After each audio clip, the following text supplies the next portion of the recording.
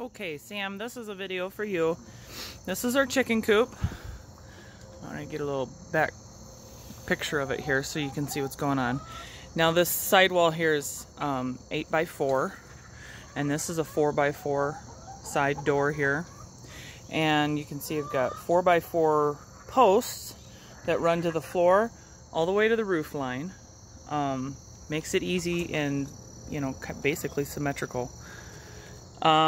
So it's really simple framed out. I'll open the big door here so that you can see inside. So basically everything is 4 foot wide, 8 foot long. The floor is 8x4, you know, sheet of plywood, just to make it easy and simple. Now I built these rafters. I did not even measure them. The roof is a little crooked, but that's how I did it. And then I attached them with, they call them hurricane ties or something like that. You see that metal bracket in the middle of the screen. And they love to roost up top. I put bars in between the rafters and they roost up there. I got vents on either side of the peaks. Hardware cloth so critters can't get in there and kill them. And then roosting bars are simple. Now the tricky part is the nesting box. I kind of just winged it as far as like how big to make them. I think they're 12 or 13 inches wide, same deep. I just built them separately and then hung them up there on the 2x4s that run across the length of that wall. Then I cut a hole in the side of the wall and framed it out and put an old oak cabinet door and hinged it and put latches on it. And so I have a hanger here so that I can have it opened without holding it hands, you know, with my hands. So then here's your nesting boxes you can get from this side. I have 4 nesting boxes. You can have, you'd only probably need 2 for the amount of chickens that you have. So that's pretty simple. The rafters are, you know, attached to the top 2x4. And then we've flashed it out with the flashing and put roofing on it. Very simple. And then this top piece of plywood that you see here, that's like a storm shutter. And I close those in the wintertime, and then I'll staple plastic up over everything so it is a little bit more weatherproof and the cold air doesn't just blow right through. And then at the end here, this big old door, full thing hinges. I can put like a little tiny step ladder here, and I can climb up inside this thing to do like deep cleaning when I want.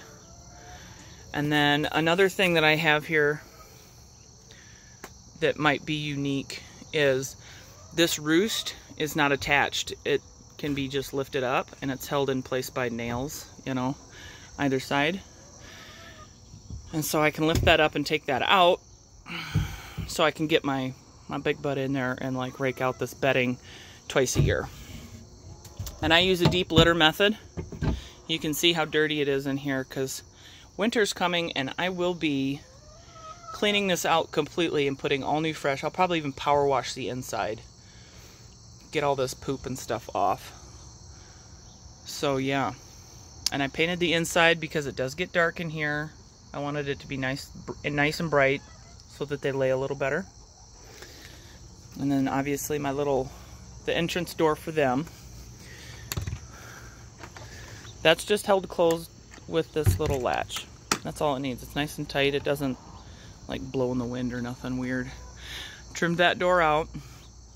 And then there's this little latch door that goes down, and then that locks them in, keeps the coons out. I have 2 latches on it.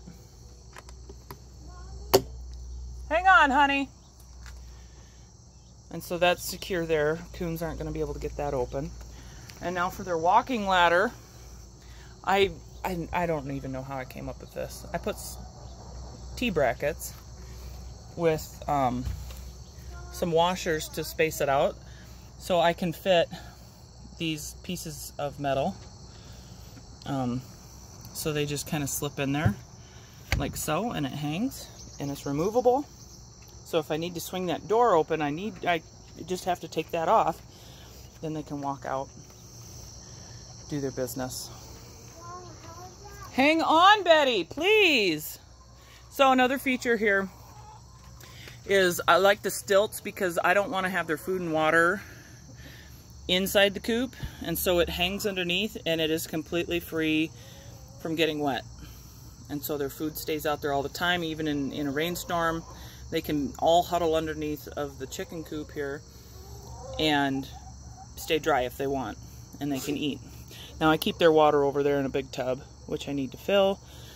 And I added little flower boxes, obviously, for aesthetic reasons.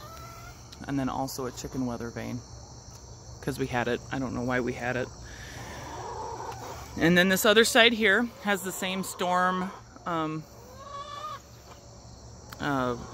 storm shutter kind of thing, and that'll go closed. And then in the winter time, I nail those down so they don't slap and blow in the wind, and I cover them with plastic, so all the seams and everything is covered. And all the vents, obviously the big triangle peaks at the ends are vents. And then I have this open. And I think this winter I'm gonna try something a little different, because I think they may have gotten a little too cold last year. I have this one. I have a 2x4 stuck in there, and it closes it off. See, that one's open, this one's closed. This one's open, and so is that one.